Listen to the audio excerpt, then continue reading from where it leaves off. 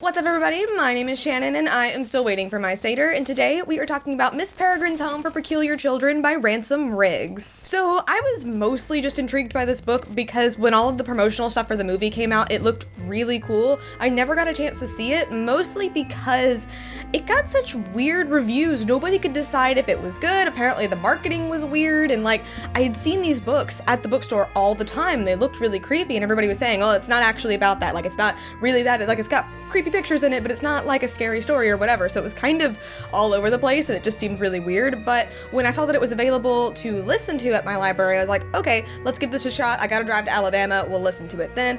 And I was pleasantly surprised. I did like it. It wasn't the best, and in fact, it was a little bit strange, but it was better than I thought it was going to be. So for those of you who don't know, Miss Peregrine's Home for Peculiar Children is about Miss Peregrine's Home for Peculiar Children. There are all these children that are basically mutants. It's a very much like X-Men. They exist in this time loop where it's always September 3rd, and they're always being bombed at the end of the day and all that kind of crazy stuff. And there are these monsters, and everybody's got all these special powers, and it's just really interesting. Towards the end of the book, they started to lose me. I still don't really understand the whole bit about the hologas, why they are what they are, why they're doing what they're doing. I understand that this was people using Embrins to become immortal, and it made them monsters. I don't get why that happened. I don't really get why making a bigger reaction is gonna somehow fix them, so that was a little bit weak.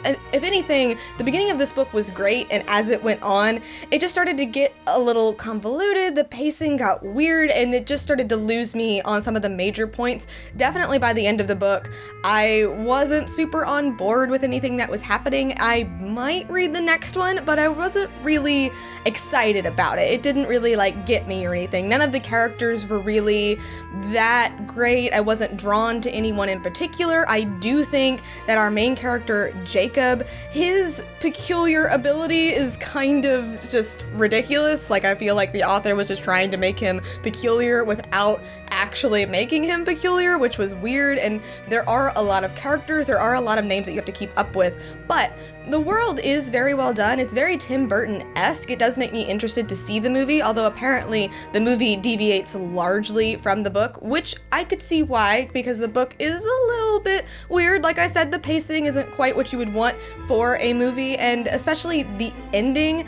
A lot of things were happening and gets a little bit weird. I'm interested to see how they treated that in the movie, but overall, I did think it was a solid read. Granted, I did listen to the book, so I didn't have the, privilege of seeing any of these creepy pictures or whatever, but I have, flipped through one of the books at the bookstore, so I do know what they look like. But overall, I do feel like these books aren't marketed correctly. If anything, they're just kind of, weird and quirky. They're not scary at all, and these books are marketed to make you think that they're spooky, scary stories, which they're not at all. I was kind of expecting a ghost story or whatever. Even the beginning of the book is it's gonna be a ghost story, but then it goes in a completely different direction, which can be a good thing or a bad thing. In my case, it was just kind of I thought you were gonna zig, but you kind of wobbled, so it was a little bit weird. I am giving this book a C- because it is a lot of fun. I can see why a lot of people like it, and I am interested to see where it's going. I want to know if the plot levels itself out. It got a little bit weird in there,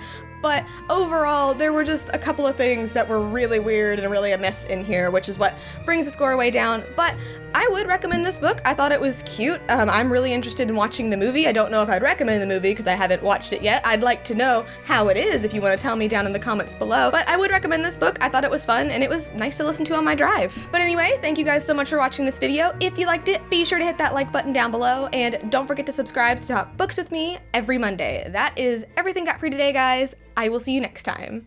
Bye!